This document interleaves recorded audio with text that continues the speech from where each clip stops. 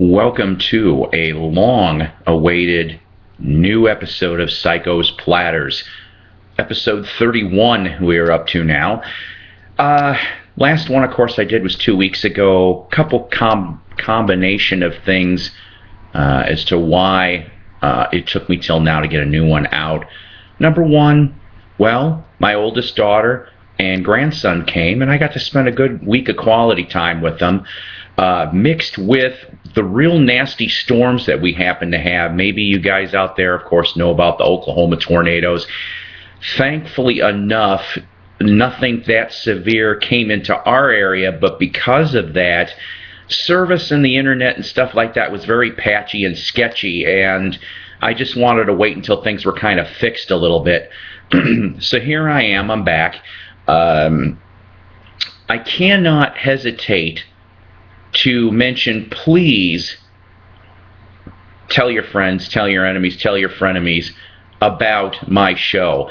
I see some of you guys that are subscribers to my show, and you guys have got 100, 200, 300, even 500 subscribers. And, and maybe you guys have done this longer than me, obviously, and that's fine. That's perfectly great. But if you guys can get that number, I can at least get 100, okay? I've been doing this now for 6-7 months, I think. I don't know. I try to make things lively and interesting. That's how it works around here. So please, I cannot stress enough, subscribe to this channel, because I need more than 70. I'm thankful for the 70 I have, but I think we could go more. That's all I could say about that one. So, a little under the weather today still. I can't seem to shake this chest thingy. That'll be the next thing I gotta go get looked at. So, not a lot in vinyl finds this week. Let's see. Yesterday, I went to a garage sale just slightly outside of town, and big stacks of mess. That's kind of what it was. All country, which there's nothing wrong with that. But the albums, like, most of them had covers and no records. I'm like, what happened to the damn records?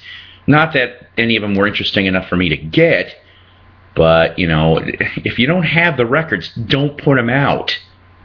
You know what I'm saying? I mean, it drives me nuts. But they had a stack of about 50 45s, roughly, which I haven't seen any 45s in quite a while. And unfortunately, out of the 50 45s, only one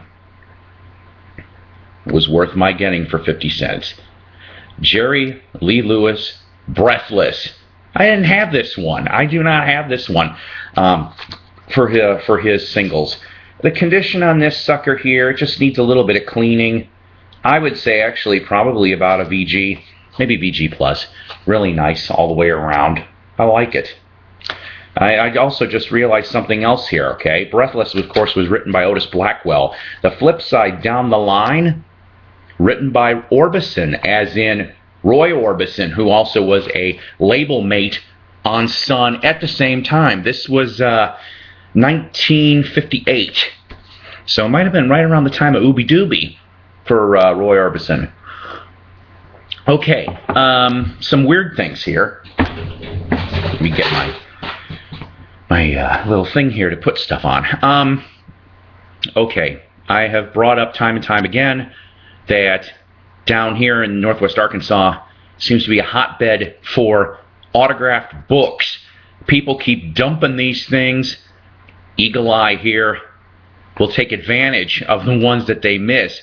Now, this next one here, you may roll your eyes about, but guess what? She was a singer in the from the 40s all the way to, I want to say, around 1980 was her final album.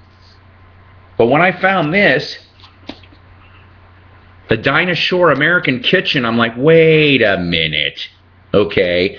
Now, to some people that are younger than me, Dinah Shore, of course, like I said, she was a singer from the 40s to around 1980. She also was in movies, and she also had the Dinah Shore show in the 70s, which I actually watched along with Merv Griffin and Mike Douglas. So, as it says here, American Kitchen, right? Okay.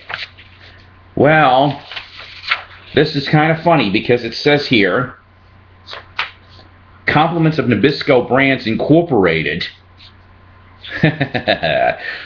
to Connie and John. Have fun cooking with this.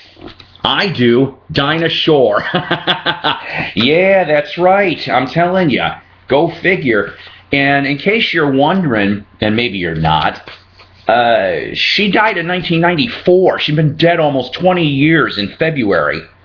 But yet I managed to find a signed cookbook for $2. Can't screw that up. All right. This one here, I got to tell you, I was digging through a Goodwill-like place. It wasn't Goodwill on these. And this older guy, he went off and he's like, you know, you should get this one. Now, you jazz people out there may know who this is. I had to Google the missing link. Lincoln Mayorga and distinguished colleagues recorded live from the studio directly to the Master Disc Volume 2. Now, I found out that this was put out in 1974. Volume 1 was put out in 71, and this is on Sheffield Records. Very, very clean. We're talking like near mint to stone mint here, okay? Now, I tried figuring this out a little bit. Some of the names on here, though, are very familiar. Jerry Sheff, okay, he was a studio bass player and also worked with Elvis at one point. Okay, you guys know who Jim Keltner is. He worked with the Beatles. He worked with a bunch of, solo-wise with the Beatles, okay, and a bunch of other people. And other people down the line here. Now, Lincoln Mayorga, it's kind of funny. I mean, here's the gatefold, because there's a gatefold on this. All right. And then I like the back cover. I guess it's just proving to you that, guess what? It went direct to disc. Now, Lincoln Mayorga, he actually got his start in rock in the early 60s, though. Dang it. I am so sorry. He's actually involved. His band was involved. They released the very first single on Reprise Records in 63, 64. And then later in the decade, he also worked with Frank Zappa. So, I mean, he had some rock connections to some degree. So, but a friend of mine's like, he's like, get this. This could be really interesting. And he says that sometimes these direct-to-master discs are actually, well, worth something. And I hate to tell you this, guys. I am jazz ignorant. That is one of my weakness categories. But I'll pick up stuff if it looks interesting. I can't wait to listen to it. All right. Let's see. Vintage stock. I brought this up on YouTube Vinyl Community now because somebody bought, and I can't remember your name. I'm so sorry, but you're in my feed. They bought a Carole King Tapestry album that was totally beat up. Well, they didn't realize it. They cleaned it and found there was a deep scratch. They paid the $5 for it, and I gotta confess, no offense, I'd be pissed. I would be.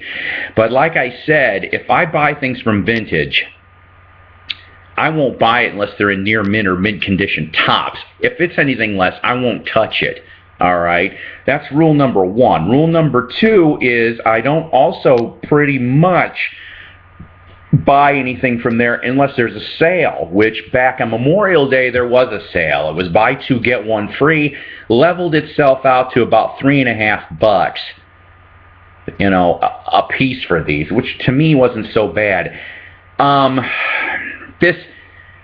There was a guy, and I'm learning a little bit more about this. He ended up, I think he worked in radio promotions, is my guess. It's either that or he worked for a radio station. It's still a little unclear because half of the stuff that I've picked up from him have been promo copies to some degree, okay? So let's see here. I found some hair metal. He loved hair metal, this guy did. I'm also told that this guy was deceased, and a relative sold the collection to him. So, you know what? This guy was pretty neat. Accepts Midnight Highway, 1983, German import. I love Accept. On the PVC label, okay? Telling you, mint. I love it. I love Accept. I love old Accept. The new Accept isn't so bad, and what I mean by that is, the guy who replaced Udo, again, But still, I like the old stuff. They had more Accept, but this was the one because, like I said, the only German import. They had a promo copy of Metal Heart, which I think I'll go grab next. This one here, the record is better than the cover because of the ringwear, but Bullet Boys. I didn't even know that this was on vinyl. This is from 1988. Smooth Up In Ya, and what's the other one? Money, Money, Money. What's it called? I'm so sorry about this. With the two big ones on here. For the Love of Money, that's right. Where they're using the money, money, money. I can't sing, but hey. So, on Warner, mint for this sucker too. This next band, I like this band. I never had an album from them. Fueled by coffee. Axe. Offering. This is the back of it. Bobby Barth, he's on my feed. I hope he's watching this. Your band kicks ass. It does. I love this album. Rock and Roll Party in the Streets is like my favorite on here, but there's other ones. Burn the City Down, Steal Another Fantasy, Silent Soldiers. I love this stuff. This is from 1982. The band's still together, but I'm not sure for how much longer. He's actually talking about finally calling it a day. He put out a new CD DVD package. Go look on Axe Band Central on Facebook and get more information on that. Okay, this next one here, I've brought this up way back in an early episode, okay?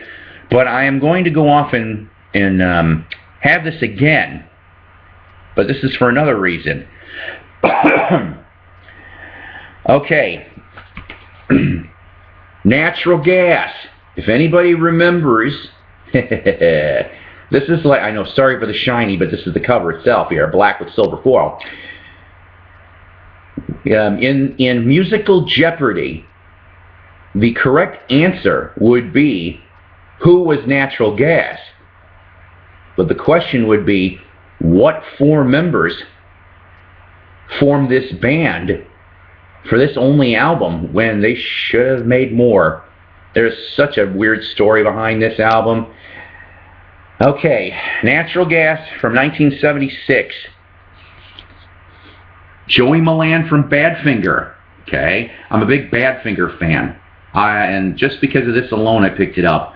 Mark Clark from Coliseum, Uriah Heep, Rainbow, and Davy Jones, Monkees and Davy Jones solo band tours. Okay. He was also in Mountain briefly, too. Was it in the 90s? I don't remember. Jerry Shirley, drummer of Humble Pie. Okay. And Peter Wood. If I remember correctly, Peter Wood was in Quiver, and I think he worked with Al Stewart briefly.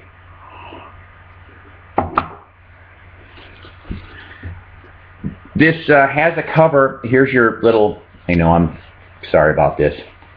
This is your pictures. Okay.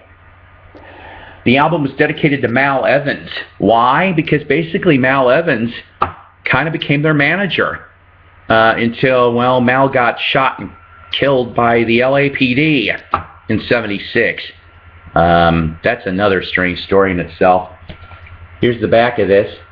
Now, I brought this story up before, and so I'm going to try to briefly.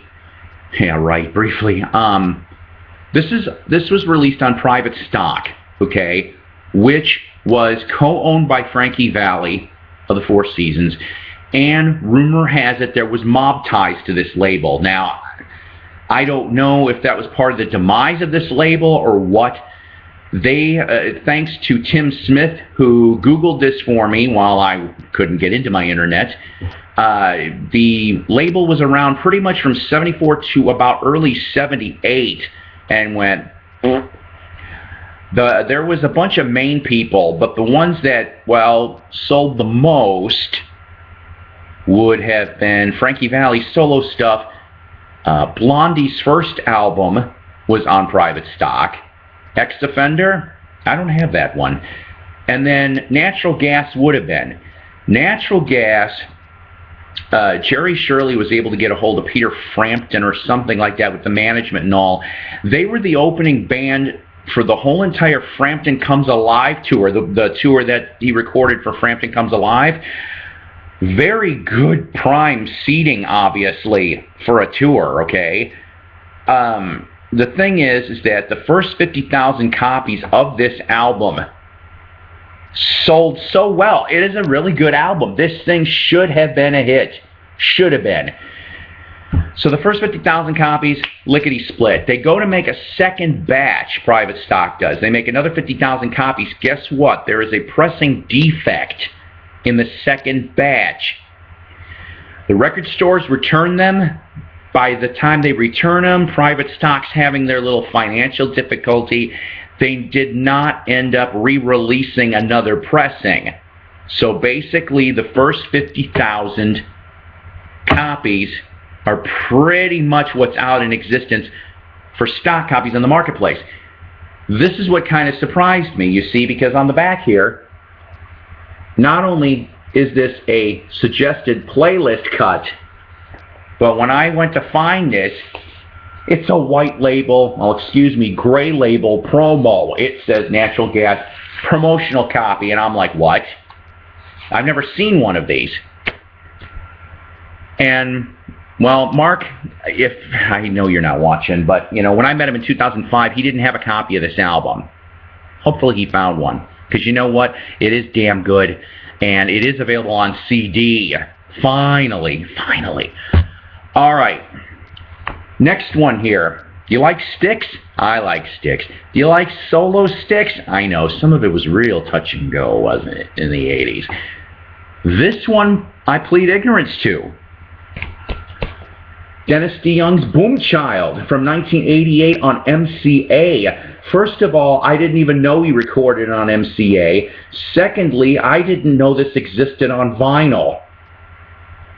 Kind of fooled me on this one a little bit. Here's the back cover, okay? It's like a Viewmaster because of the front cover. Also, I know you can't see really well. There is a barcode, but it's a gold stamp promo over the barcode. There really isn't anybody that is familiar on any of the session stuff. It seemed like he just kind of went and did his own thing here. Lyric sleeve came with it, okay. Regular straight MCA, rainbow label, but really cool stuff. Like I said, I did not even know that this existed on vinyl. So that one, another treasure. This one was kind of cool. I don't know if you guys remember that one of the times when I was over there, when this guy's collection originally was coming out, I only had enough money for one record. And I had a choice. Maybe you guys are going to say dumbass to me. I'm not entirely sure. My two options were this. Twisted Sisters 1982 UK debut on Secret, original pressing, was the one choice. The second choice was 1984 on EMI America, Great White's first album, stamped promo. I let the Great White go, and I went to go back the following week, and it was gone. Well, I'm like, shish-kabibble. Then I found this. This is from 1982. I know, I'm sorry. It's a grayish, silverish tint for a photo, okay? It is called Great Whites Out of the Night. This is the EP that was made in 1982 on Aegean Records. I know you can't really see this really well, okay? But it also came with, see if I can get this out here. It mentions an explanation. There's 2 pieces of promo material attached to this sucker, and I couldn't believe I found this. I'm like, what? Because it didn't look familiar to me. I felt very ignorant on this. And here's your back cover. Okay, basically all right. Jack Russell and Mark Kendall are the only 2 that were, still in this band up until 2012 when Jack Russell split off and did his own thing. And then, dang it, Black was the bass player. He stuck around until about 87. It says here, engineered by Michael Wagner, produced by Don Dokken. Go figure that he had such involvement in this back then. And then also executive production, Alan Niven. Why does that name sound familiar to you? Because Alan Niven also would end up having Guns N' Roses for their little thing. So those I thought were pretty cool. Like I said, it came out to about $3.50 a piece, but in the condition that they were in, I think it was so worth it. Now, here's another thing I want to tell you guys about briefly, okay? I normally don't play with Amazon.com, okay? I don't. Maybe I should start doing it for some of the newer releases, okay?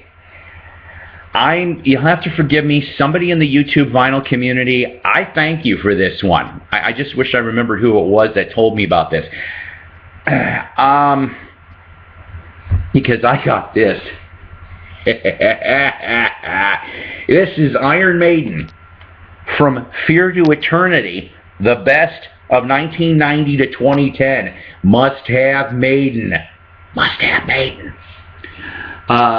This is a 3 LP set. Okay? Limited edition, collector's 3 LP, picture disc vinyl. Picture disc.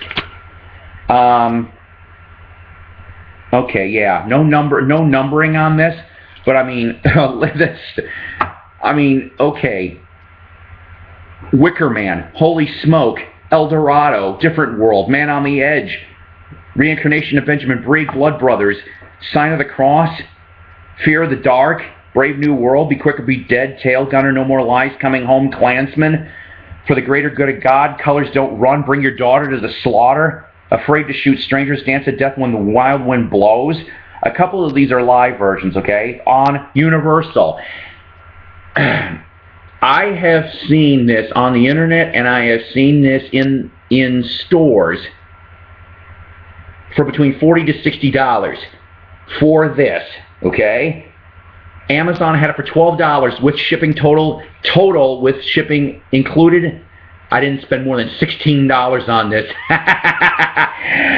One of my best investments. And I gotta confess, I kind of told Tim I was going to open this up. I don't want to open it up yet, Tim. Sorry. I just don't. I will open it up later. Maybe on another episode, when I open it up, I'll show you guys.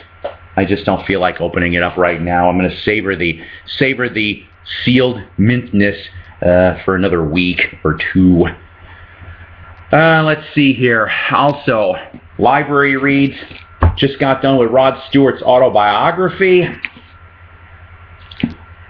It was all right. It was not one of my favorites, but his early stories, back when he was with Long John Baldry and Jeff Beck and Faces, I liked those stories. Those were pretty good. His solo stuff, some of his solo work I like. Okay, I heard, of course, he's got a new CD. Finally, first album in like 10 years of rock music or something like that, and I'm like, well, good for you. Maybe it sounds good. I haven't had a chance to listen to it yet, but I hope to, nevertheless. So, I don't know. That's pretty much about it. Shout-outs really quick. Wax Museum with Ronnie Dark. Hey, listen, Ronnie, once again, thanks a bunch for letting me be a very brief special guest on your 4th anniversary show and letting me do that little fun commercial request liner. I like doing that stuff. I thought about that for about a little over a week now, and I figure, what the heck? I like being very mildly involved in your show. I make requests, and you know what? He always does it. He always goes off and actually just plays the request. How many DJs still do that anymore? I don't know too many of them, really. When I get my T-shirt from his show, I'll show you that too. I'm also going to be getting a new CD from a band in Central New York too, and I'll give you guys a review on that one, hopefully in the next episode or two. So let's see, Wax Museum with Ronnie Dark, Crate Junkies with a Z. Crate, you keep finding this stuff. Sometimes I wonder, did you cut a deal with the devil? Did you for such? I'm kidding. I know I wouldn't. I don't think I would. I'm just kidding. I wouldn't. Let's see here. Thrifty Music Group. YouTube Vinyl Community. Bob and Ron's Record Show. Good stuff. Let's see. What else? Record Collector Magazine. I did get the new Shindig. I haven't read it yet enough so I could give you guys a little report. That'll be soon too. All right, guys. Until next week or 2 weeks from now. I'm sorry. Like I said, it was kind of crazy. Keep finding the good finds. You guys are wonderful. You are. Please subscribe to the channel. Tell all your friends and neighbors about me, please, because let's spread the love of vinyl, because that's what it's all about.